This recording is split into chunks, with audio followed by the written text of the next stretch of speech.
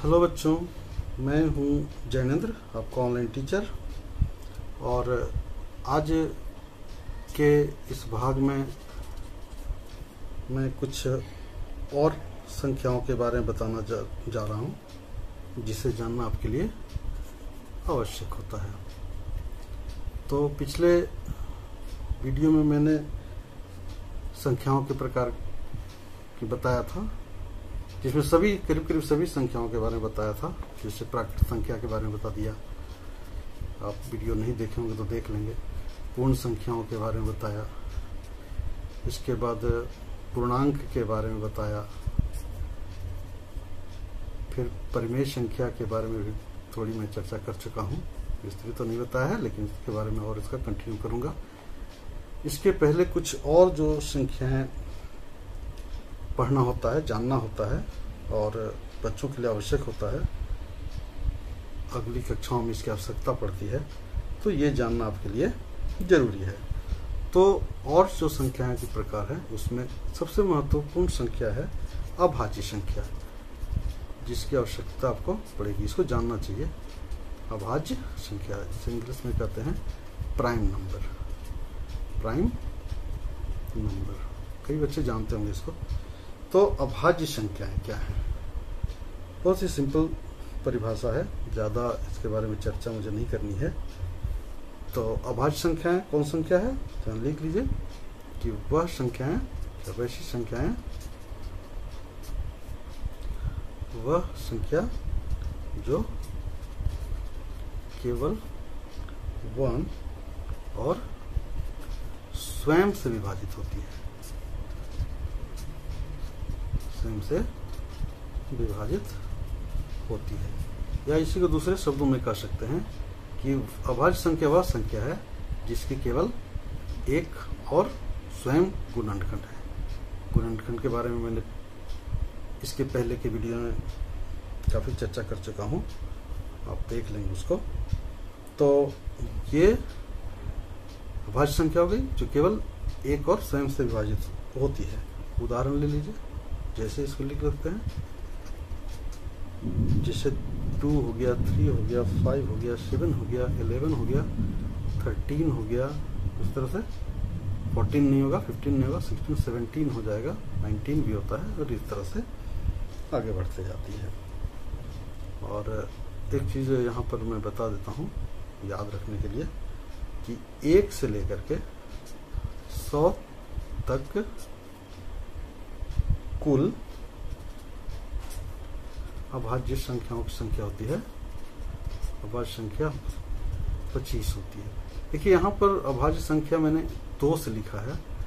आज के गणितज्ञों ने कहिए 1 को अभाज्य संख्या नहीं माना है, न अभाज्य संख्या माना है, न भाज्य संख्या माना है। तो इसलिए हम लोग अब लिखते हैं 2 से, 2, 3, 5, 7 इस तरह से। और 2 जो हो जाएगी यहाँ, 2 सबसे छोटी अभाज्य संख्या हो जाएगी, सबसे छोटी, और सम भी होगी। कहिए सम अभाज्य संख्या, एकमात्र सम अभाज्य संख्या ही है, संख्या है। ठीक है, तो अभाज्य संख्या का कंसेप्ट मेरे ख्याल से क्लियर है, कोई दिक्कत नहीं है। 2, 3, 5, 7 यानी 1 और स्वयं के अलावा बाकी किसी की संख्या से बाहर नहीं लगती है, ऐसा भी कह सकते हैं। तो वो भाज्य संख्या हो जाएगी। दूसरी संख्या हो जाएगी भाज्य संख्या। बहुत सिंपल बता रहा हूं मैं, इसको कहते हैं कंपोजिट नंबर। कंपोजिट नंबर, या दूसरा नाम भी इसको है, इसको संयुक्त संख्या भी कहते हैं, या इसे यौगिक संख्या भी कहा जाता है। तो कई नाम है इसके, यौगिक संख्या, लेकिन इंग्लिश में नाम एक ही है, इसको कहते हैं कंपोजिट नंबर। इसके बारे में भी थोड़ा लिख लीजिए। वैसी संख्या जो एक तथा स्वयं के साथ साथ कहिए, यानी एक और स्वयं से तो लगेगा ही, उसके साथ कोई दूसरी एक संख्या, कोई दूसरी संख्या से विभाजित होती है, से विभाजित होती हो तो वो कहलाएगी भाज्य संख्या, कंपोजिट नंबर्स। जैसे यहाँ पे ले लीजिए, जैसे 4 हो गया, 2 3 तो होगा नहीं, 6 हो गया, 8 हो गया, 9 हो गया, 10 हो गया, 12 हो गया, 14 हो गया, 15 भी, और इस तरह से भाज्य संख्या हो जाएगी। और यहाँ भी जो जानने लायक बातें हैं उसको लिख लीजिए कि 1 से 100 तक कुल भाज्य संख्याएं होती हैं 74। यहाँ 25 यहाँ हो गया, 74 यानी 99 हो गया। और 1 जो 1 है, लिख लीजिए, संख्या 1 को न तो भाज्य संख्या में रखते हैं और न अभाज्य संख्या में रखते हैं। ये नए गणितज्ञों का विचार है, न तो भाज्य संख्या में और न अभाज्य संख्या में रखते हैं। इसके बाद आइए कुछ और संख्याएं जिसे मैंने प्राकृतिक संख्या के साथ पूरा किया था, उसको बताया था। ये सम संख्याएं, थोड़ा डिटेल्स दे देता हूँ। सम संख्या क्या है? जो 2 से विभाजित होती है, 2, 4, 6, 8, 10, 12, इस तरह से। क्लियर है, कोई दिक्कत नहीं है। चौथी जो संख्या है वो विषम संख्या, ऑड नंबर, इसको कहते हैं इवन नंबर, इसको कहेंगे ऑड नंबर। और ये क्या है? विषम संख्या 1 से यहाँ 1 कम होगा, 3, 5, 7, यानी जो 2 से विभाजित नहीं होती है। इस तरह से विषम संख्या होगी। अब 5वीं एक और प्रकार की संख्या है, उसे कहते हैं सह अभाज्य संख्या। सह अभाज्य संख्या, इसको इंग्लिश में कहा जाता है को प्राइम नंबर्स। को प्राइम नंबर्स, तो इसको लिखना होगा याद करने के। ये देखिए, यहां से जो सहअभाज्य संख्याएं हैं, एक्चुअली ये 2 संख्याओं का युग्म होता है, ये एकल संख्या नहीं है। इसको हम लोग कहते हैं 2 संख्याओं का युग्म। तो यहां लिख लीजिए 2 संख्याओं का ऐसे युग्म जिसके एक के अलावे दूसरा, या इसको कह सकते हैं उभय गुणनखंड नहीं हो, गुणनखंड नहीं हो। कोई भी संख्या ले लीजिए, जैसे 5 है, 9 है। देखिए 5 9 क्या है, इसका पिछले भाग बताया कैसे इसका गुणनखंड निकालना है। तो 1 है, 5 है, और 5 का गुणनखंड, 9 का गुणनखंड क्या हो जाएगा? 1 हो जाएगा, 9 हो जाएगा। तो इस तरह से ये 9 का गुणन देख लीजिए, कहता है 2 संख्याओं का ऐसे जुम्न जिसकी एक के अलावा कोई दूसरा गुणनखंड नहीं हो। तो 5 का भी 1, इसमें देखिए 1 है, यहाँ भी 1 है, इसलिए 5 और 9 क्या हो गया? सहअभाज्य संख्या कहलाएगी। चलिए इसमें एक और यहाँ लिख लेते हैं, 1, 3 और 9 इसका गुणनखंड हुआ। और जो छठी प्रकार की संख्या है वो है अभाज्य युग्म। अभाज्य युग्म, अभाज्य युग्म कहते हैं, इंग्लिश में इसको कहते हैं ट्विन प्राइम। ट्विन प्राइम, इसके बारे में भी लिख लीजिए। वैसी अभाज्य संख्याएं, वैसी अभाज्य संख्या उनका युग्म जिनके बीच 2 का अंतर हो, 2 का अंतर। ये तो उससे भी सरल है, ये अभाज्य संख्याओं का कहता है युग्म है जो 2 का अंतर हो। जैसे एग्जाम्पल ले लीजिए, जैसे 3 है 5 है, देखिए 3 5 क्या है, ये 2 का अंतर है और दोनों अभाज्य भी हैं, तो ये कहलाएंगे अभाज्य युग्म या जुड़वां भी कहा जा सकता है। उसी तरह से 5 और 7 भी हो जाएगा, 11 13 हो जाएगा, फिर 17 19 भी हो सकता है। तो ये कहलाएंगे, क्या कहलाएंगे, ये सारी जो संख्याएं हैं वो कहलाएंगे अभाज्य युग्म, या इसी का दूसरा नाम भी है, इसको हम लोग कहते हैं जुड़वां, टू या जुड़वां अभाज्य, ट्विन प्राइम। एक और प्रकार की संख्या के बारे में जान लीजिए। 7वां संख्या है, संख्याओं का समूह ही कहिए, अभाज्य त्रिक यानी प्राइम ट्रिपलेट।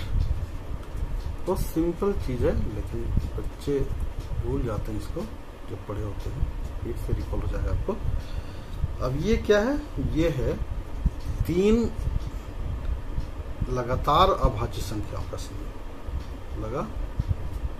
3 लगातार संख्याओं का समूह जिसके बीच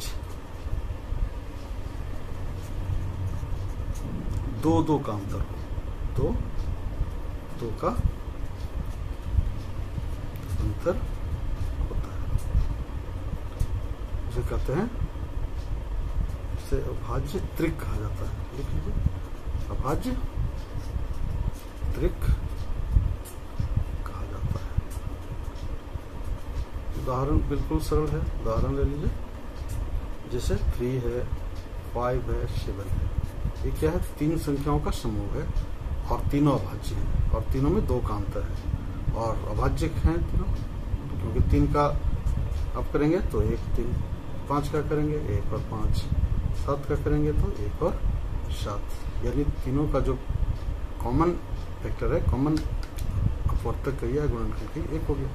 ये सब अभाज्य हैं और तीनों में बीच 2 का अंतर हो, तो इस तरह से अभाज्य त्रिक है। और एक सबसे इम्पोर्टेंट चीज़ जो मैं बता रहा हूँ, सब एक्चुअली हर जगह नहीं ये मिलता है, कोई किताब में है, याद रखना चाहिए आपको। इसको कहते हैं इरेटोस्थीनीज की छलनी मान्यता, इसको कहते हैं इरेटोस्थीनीज। ये एक यूनानी गणितज्ञ थे जिनका नाम था, इंग्लिश नाम इसका है, लिख लीजिए, इरेटो प्लस THENES, इरेटोस्थीनीज की छलनी मान्यता। अब ये मान्यता क्या है, इसके बारे में थोड़ा सा लिख लीजिए कि 1 से 100 के बीच की संख्याओं, 1 से 100 के बीच की संख्याओं का भाज्य और अभाज्य, अभी पढ़ लिए, भाज्य और अभाज्य क्या है, संख्या को ज्ञात करने की, संख्या को ज्ञात करने की रोचक विधि यूनानी गणितज्ञ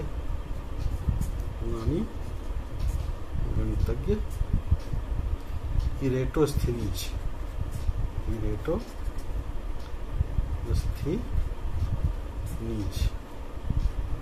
ने खोज निकाली थी,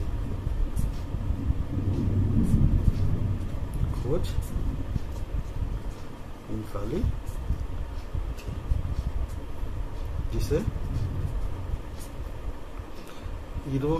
इरेटोस्थीनीज, थोड़ा सा नाम आपको याद रखना पड़ेगा जोर लगा करके,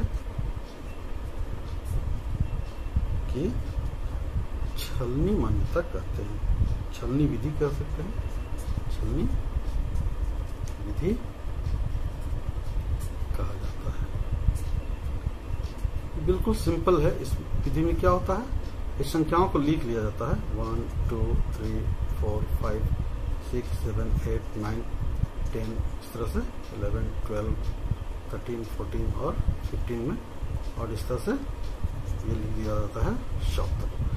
और इसको हम लोग यहाँ से भाज्य संख्या और अभाज्य संख्या को, जैसे भाज्य करना है या अभाज्य निकालना है, तो यहाँ हम लोग छलनी करते जाएंगे। एक को तो नहीं करेंगे, ये एक को छोड़ देंगे और दो से शुरू करेंगे। दो किस में आएगा, ऐसे काटेंगे तो आएगा अभाज्य में जो समभाज्य। 3 किस में आएगा, तो यहाँ आएगा। 4 किस में आएगा, तो भाज्य में आएगा, यहाँ भी काट देंगे। 5 किस में आएगा, तो इसमें आएगा। इस तरह से आप काटते चले जाएंगे। 6 किस में आएगा, तो इसमें आएगा। 7 किस में आएगा, तो इसमें आएगा। इस तरह से 8 इसमें आएगा, 7 इसमें आएगा, काटते चले जाते हैं। और इस तरह से भाज्य और अभाज्य संख्याओं को निकालते हैं, जिसमें भाज्य में कुल कितने आएंगे, कुल आएंगे 74, और अभाज्य संख्या में कुल कितने आएंगे, कुल आएंगे 24। तो ये आज के लिए बस इतना ही।